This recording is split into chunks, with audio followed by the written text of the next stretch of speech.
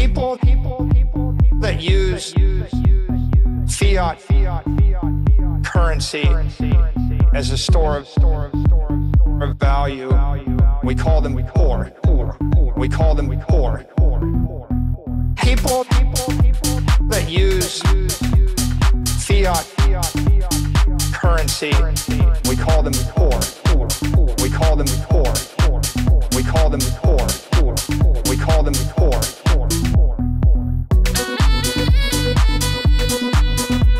There's a name for them. We call them poor. We call them poor. Okay. Happy all time high Bitcoin semuanya. Kebanyakan alternatif koin juga sekarang itu lagi menghijau. Nyatanya walaupun altcoin ini udah banyak yang ngepump, tapi saat ini tuh kita masih belum di alt season loh. Apakah harga saat ini tuh masih oke untuk masuk market? Hal itu yang akan kita bahas di video kali ini secara singkat, padat, dan juga jelas. Jelas banget gak tuh? Selamat datang di channel Cuan Kripto bersama saya Niko. Di sini tempatnya kita ngebahas kripto secara netral dengan data tanpa adanya bias ke sisi bull maupun ke sisi bear. Untuk kalian yang ingin mendapatkan informasi dan analisis secara faktual, jangan lupa klik tombol like dan subscribe-nya. Itu cepat dan gratis kok, cuma 2 detik. Gak ada ruginya bagi kalian. Supaya kalian gak ketinggalan infonya dan saya doakan semoga trading maupun investingnya berjalan lancar. Amin. Dan bagi yang berminat untuk belajar lebih mendalam tentang cryptocurrency, kita ada grup membership ya. Di grup itu kita ngebahas ada banyak koin sekaligus saya sharing koin apa yang saya entry berikut dengan harga masuk dan keluarnya. Kalau kalian ingin request koin sekaligus tanya jawab seputar kripto lebih mendalam lagi itu ada di grup ya. Harga membershipnya itu murah banget, nanti di akhir video dijelaskan dan kontak adminnya itu ada di deskripsi. Tanpa panjang lebar lagi, langsung aja kita masuk ke analisis ya. Pertama-tama saya ucapkan dengan hangat happy all time high Bitcoin. Semoga yang lagi pada nonton video ini itu udah pada cuan ya. Yang ngepump itu nggak cuma Bitcoin aja, tapi alternatif koin itu juga kebanyakan ngepump. Mungkin sebagian dari kalian itu udah merasakan cuannya, dan sebagian lagi itu masih ketinggalan kereta, dan sebagian kecil lagi itu ada yang pengen banget FOMO untuk masuk market.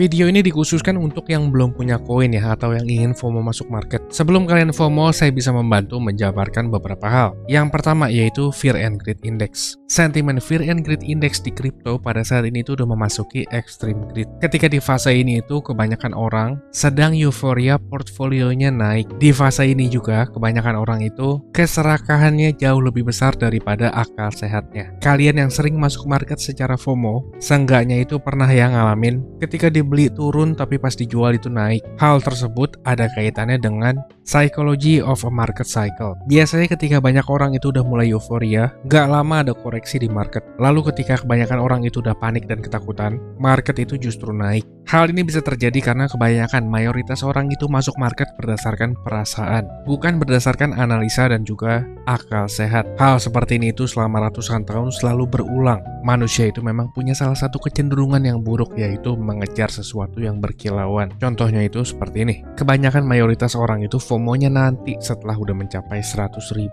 Di saat banyak media itu udah menggembor-gemborkan Bitcoin ngepump di atas 100.000, baru deh mereka FOMO. Kalau sekarang itu masih belum terlalu banyak. Lalu kalau kita ngeliat dari sentimen yang diambil oleh AI, berdasarkan banyak percakapan di forum-forum, sentimen Bitcoin di all time high sekarang itu sekitar 0,678 dari 1. Ini artinya itu udah memasuki sentimen greed atau serakah. Lalu kalau kita ngeliat sentimen trader di futures market, berdasarkan funding rates, market pada saat ini itu didominasi oleh trader dengan posisi long atau beli. Kalau dilihat dari rasio funding rates normal, keadaan sekarang itu sekitar 3,5 kali lipat lebih tinggi daripada normalnya. Bisa dikatakan ini cukup timpang ya antara perbedaan trader long dan juga trader short. Biasanya kalau funding rates itu udah naik di atas 0,04%, resiko terjadi liquidity sweep atau long squeeze itu rentan terjadi. Maksud simpelnya itu misal funding rates udah naik di atas 0,04. Harga itu cenderung dibanting turun dulu, ngelibas posisi trader dengan leverage besar. Biasanya saat terjadi seperti itu durasinya nggak terlalu lama sih. Hanya beberapa hari aja untuk membuat sedikit kepanikan di market sebelum lanjut naik lagi. Lalu kalau kita ngeliat berdasarkan liquidation heatmap, kebanyakan liquidity pada saat ini itu berada di kisaran area bawah. Lebih tepatnya itu di sekitaran range 75.500-an. Di kisaran harga tersebut bisa menjadi area support ketika terjadi drop di Bitcoin. Lalu kalau kita ngeliat dari Wells Order, di range 80 ribuan ini ada cukup banyak liquidity atau transaksi yang terjadi. Berdasarkan Bitcoin liquidation itu barusan jumlah posisi trader long dan short yang terlikuidasi itu hampir seimbang nih ya. Dan jumlah likuidasi ini juga cukup banyak, lebih dari 300 juta dolar. Semoga aja kalian bukan salah satunya ya. Balik lagi ke Whales order. Berdasarkan order book, ada large order itu mulai dari 83.000 dan juga 85.000. Waspada ada aksi profit taking dari Whales di area harga tersebut. Kalau dari order book spot market, ada order besar yang lumayan itu di sekitar 85 ribuan. Kalau kita ngeliat dari berdasarkan data fundamental tadi dan juga on-chain, order besar yang bisa menggerakkan atau membalikan harga market itu masih di atas harga sekarang ya. Artinya untuk short term, berdasarkan data fundamental dan juga on-chain, masih ada peluang untuk harganya naik sedikit lagi ke range 83.000 sampai 85 ribuan. Lalu kalau secara teknikal seperti apa? Yuk langsung kita lihat ke chartnya. Tapi sebelum itu, bagi yang ngerasa terbantu dengan analisisnya, gak ada ruginya bagi kalian untuk mengklik tombol like dan subscribe-nya. Itu cepet dan gratis kok, cuma 2 detik. Kalau nggak suka juga silahkan dislike aja, supaya kedepannya algoritma YouTube nggak akan menampilkan lagi video dari channel Cuan Kripto ke kalian. Kalian sendiri yang rugi. Lanjut, pertama itu berhubung karena banyak alternatif koin yang ngepump, kita bahas sedikit tentang Bitcoin dominance. Dari Bitcoin dominance kita bisa menghitung dan ngelihat money flow di kripto itu sekarang paling banyak di mana sih. Berdasarkan Bitcoin dominance, money flow di Bitcoin saat ini tuh masih kuat. Yang kita ngelihat alternatif koin udah pada ngepump, ternyata berdasarkan Bitcoin dominance saat ini tuh masih belum alt season loh. Seneng nggak tuh kalian dengernya? Dari struktur Bitcoin dominance-nya aja ini masih uptrend dan belum kelihatan ada tanda pembalikan arah. Kita ngeliat Bitcoin dominance drop sekitar 3% aja, altcoin naiknya puluhan persen atau bahkan ada beberapa yang ratusan persen. Gimana nanti ketika alt season yang sesungguhnya terjadi? Dari Bitcoin dominance ini tanda balik arah itu masih minim ya. Seenggaknya salah satu tanda balik arah dari Bitcoin dominance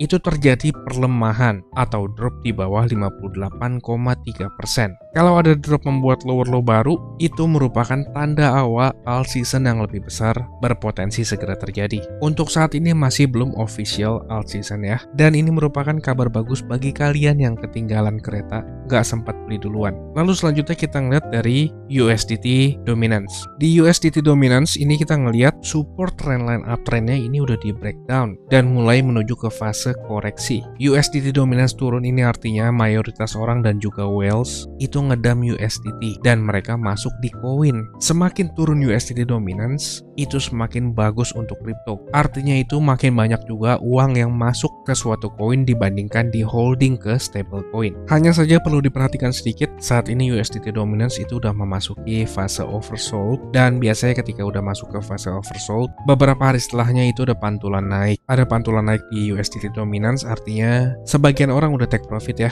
Contohnya itu seperti di sini nih, ketika udah masuk ke oversold, ada sedikit retracement kecil. Di sini juga sama, lalu di sini dan juga seterusnya ya. Lalu selanjutnya kalau kita ngeliat dari chart Bitcoin, setelah 5 hari belakangan Bitcoin membuat all time high baru terus, harganya masih di bawah naik walaupun momentumnya itu udah memasuki overbought. Saat sebelum memasuki weekend kemarin itu terbentuk bearish divergence di Bitcoin. Tapi unik ya, ketika di weekend atau lebih tepatnya hari Minggu ada push naik lagi di Bitcoin. Memang nggak ada yang salah sama pump Bitcoin, hanya saja yang sedikit membuat saya concern adalah pump lanjutan di weekend. Weekend itu kan volume transaksi relatif lebih kecil dibandingkan weekdays karena para whales dan institusi itu lagi pada libur. Contohnya itu seperti ini nih. Ini kan harganya naik, tapi kalau kita ngeliat secara volume, ini jauh lebih rendah daripada yang sebelum-sebelumnya nih. Jadi karena rendahnya volume di weekend, ketika ada order besar itu bisa menggerakkan harga dengan spread yang cukup besar. Dan yang jadi concern saya adalah pergerakan price action di weekend itu biasanya kurang reliable. Jadi ketika memasuki weekdays, terlebih di sesi US ya,